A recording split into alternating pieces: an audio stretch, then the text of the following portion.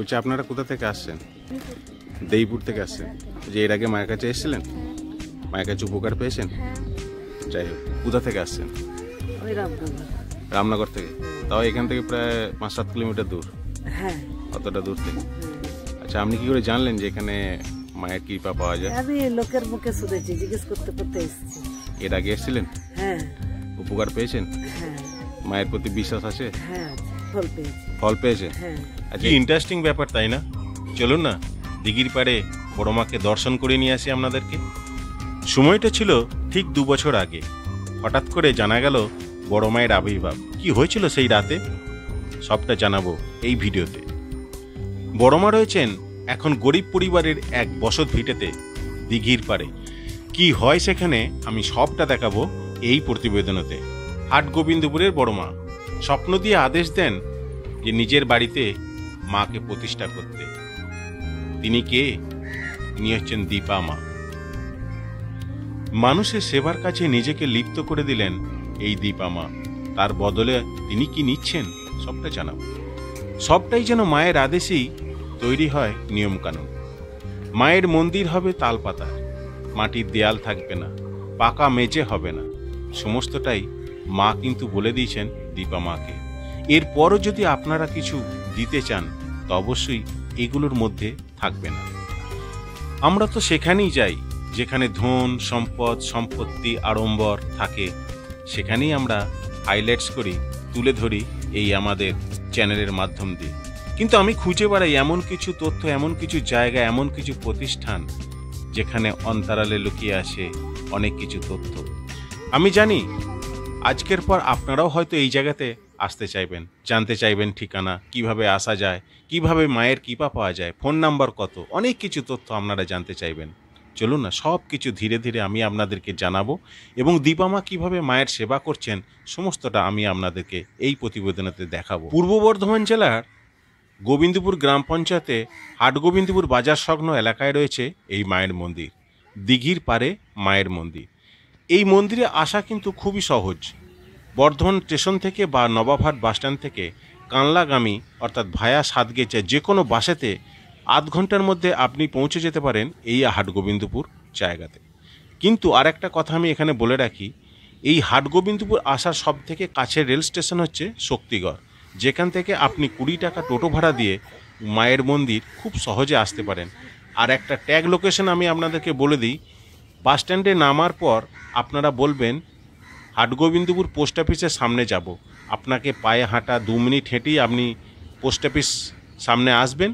তো সেখান থেকে সামনেরই একটা ঢালাই রাস্তা চলে যাবে দিঘির পাড় দিয়ে, একদম মায়ের বাড়ি আপনাকে পৌঁছে দেবে। কোনো অসুবিধা হলে আপনারা আমাকে কমেন্ট করে জানাবেন। এই মায়ের মন্দিরেতে দৈনিক সেবা কিন্তু দেন এই দীপা মা, কিন্তু আপনি কবে আসবেন সেটাও কিন্তু আমি জানাবো। তবে শনি বা মঙ্গলবার বা যে কোনো অমাবস্যার দিনে কিন্তু আপনারা মায়ের মন্দির আসতে পারেন। সেই দিনই কিন্তু এই দীপা মা সাধারণ ভক্তদের উদ্দেশ্যে পরিষেবা দিয়ে থাকেন।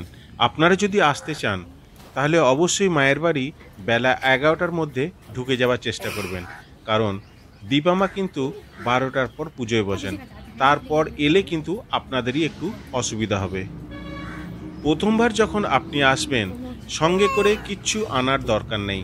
দ্বিতীয়বার যখন আসবেন তখন দীপা মা আপনাকে বলে দেবে যে সঙ্গে কি কি আনতে হবে। আর যদি প্রথমবারই আপনাকে কিছু আনতে বলে তা কিন্তু বাজার সংলগ্ন এলাকায় সমস্ত কিছুই পাওয়া যায়। আপনারা সেখান থেকে কিনে নিয়ে গিয়ে মায়ের কাছে সমস্তটা দেখে বা বুঝে নিতে পারবেন। মায়ের মন্দিরে রয়েছে মোট 4টি ত্রিশূল।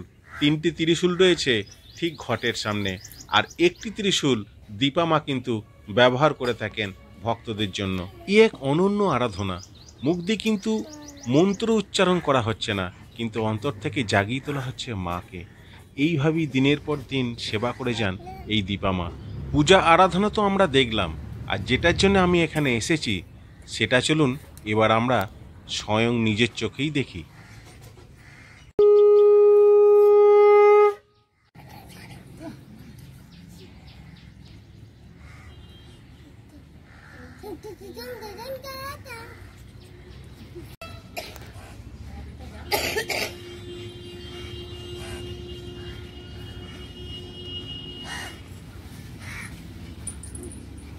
অসুবিধা তো হয় কান্দি সবই তো ঠিকই রয়েছে রে।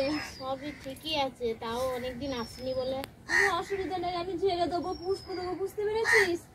যেমন বলেছিস সেরকম থাকবি, কোনো অসুবিধা হবে না। মাদুলি আর পাল্টাবো না তো? না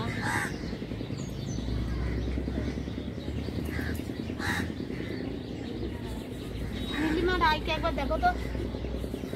শরীর কি অসুস্থ তো রে?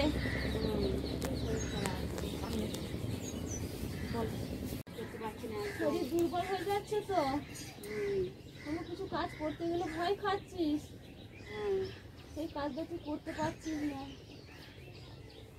ডাক্তার দেখাচ্ছি তো কমছে না। পা হাত বেরিয়ে যাচ্ছে তো রে, হ্যাঁ যন্ত্রণায় খসে যাচ্ছে, পা বাড়াতে পারছিস না, কোনো জোর পাচ্ছিস না।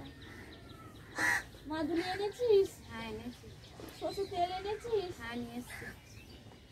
আমি মাদুলি করে দেবো। সরষের তেলটা প্রতিদিন সন্ধ্যেবেলায় কাপড় ছাড়বি, কাপড় ছেড়ে আমার স্মরণ করবি, স্মরণ করে দুটা শরীরে মালিশ করবি, বুঝতে পেরেছিস? হ্যাঁ কোমরে একটু যন্ত্রণা করছে, কোমরটা বেশি যন্ত্রণা। আমি ঝেড়ে দেবো, মাদুলি করে দেবো, ডান হাতে করবি। আমার আবার কুমার লক্ষ্মী আছে,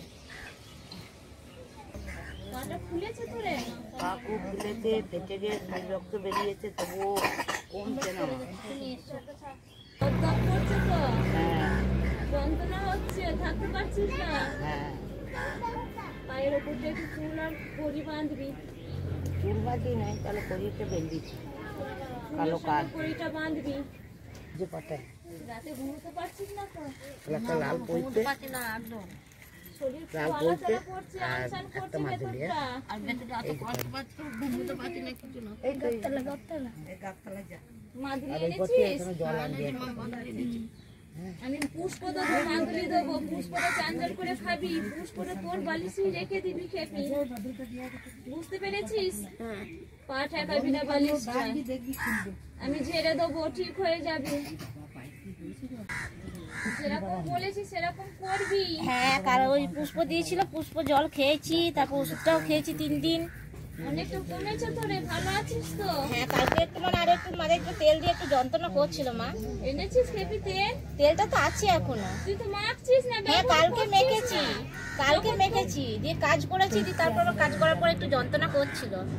যখন তোর যন্ত্রণা হচ্ছে তখন তুই ব্যবহার করছিস, যন্ত্রণা সরে গেলে আর তুই ব্যবহার করছিস না। না আমি কালকে মেখেছি, আজকে আবার মাখবো সন্ধ্যেবেলায়। কালকে চান টান করে মেখেছি তো, সন্ধ্যেবেলায় মাখিনি, দিনের বেলায় মেখেছিলাম। পরিষ্কার কাপড়ে কাপড় ছাড়বি, কাপড় ছেড়ে আমায় স্মরণ করবি, স্মরণ করে তুই তেলটা মালিশ করবি, ঠিক হয়ে যাবে। আর ওই পুষ্পটা দিয়েছিলাম আর ঠিক করে দিয়েছি আমি। হ্যাঁ হয়েছে, আমি ছেড়ে দেবো, ওষুধ খাওয়াবো, তো চিন্তা নেই।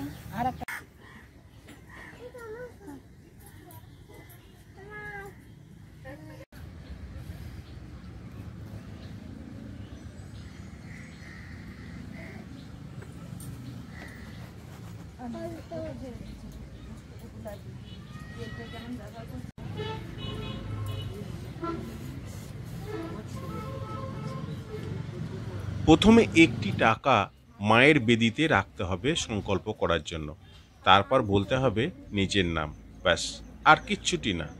এর পরের কথাটা বলবেন দীপা মা। আপনারা হয়তো বুঝতেই পারছেন আমি আপনাদেরকে কি বোঝাতে চাইছি। মায়ের কাছ থেকে ওষুধ বা প্রসাদ হিসাবে আপনি যেটা পাবেন সেটা হচ্ছে মায়ের চরণের জবা ফুল, আর আপনাকে দেয়া হবে একটি মাদুলি, যেটা কিন্তু আপনাকে কোথায় বাঁধতে হবে সেটা কিন্তু দীপা মা নিজে আপনাকে বলে দেবেন। এখানে এলে যে খালি হাতে আপনি ফিরবেন না সেটা কিন্তু আমি আপনাকে বলতে পারি। বলছিলাম যে এখানে মায়ের বাড়িতে কি কি বার আসা হয়, মানে ভক্তদেরকে? সে মঙ্গলবার আর অমাবস্যা। অমাবস্যার দিন। আর মানে কটার সময় এখানে আসা হবে? 11:30, একটু দূরে হলে একটু সকাল করে বেরোনোই ভালো, তা আমি তো 12টায় পুজোয় বসি। আচ্ছা, মানে 12টার আগে এখানে এলেই হবে? হ্যাঁ 12টার আগে আসতে। আচ্ছা, আর একটা কথা বলি, মানে যে কোনো সমস্যা নেই তো মায়ের কাছে আসা যায়? হ্যাঁ আসতে পারে। সঙ্গে কিছু আনতে হবে? এবার যখন মা বলবে তাকে যে এই যে জিনিস লাগবে সেই জিনিসপত্র তাকে আনতে হবে। আচ্ছা, তার মানে এইখানে এসে সে কি বাজার থেকে আবার কিনে নিয়ে আসবে নাকি? না হ্যাঁ তো মোটামুটি যা দেখলাম মাদুলি, একটু সর্ষের তেল, জল, এই ধরনের কিছু আনলে আনা যেতে পারে নাকি? হ্যাঁ, এবার তার শরীরের দিক থেকে যেটুকুনি দরকার তাকে সেটুকুনি তো আনতেই হবে। আচ্ছা ঠিক আছে। আজকের মতো এটুকুই, আবার দেখাবে নেক্সট কোনো ভিডিওতে। তো চলুন তাহলে একসঙ্গে বলি জয় বড় মায়ের জয়।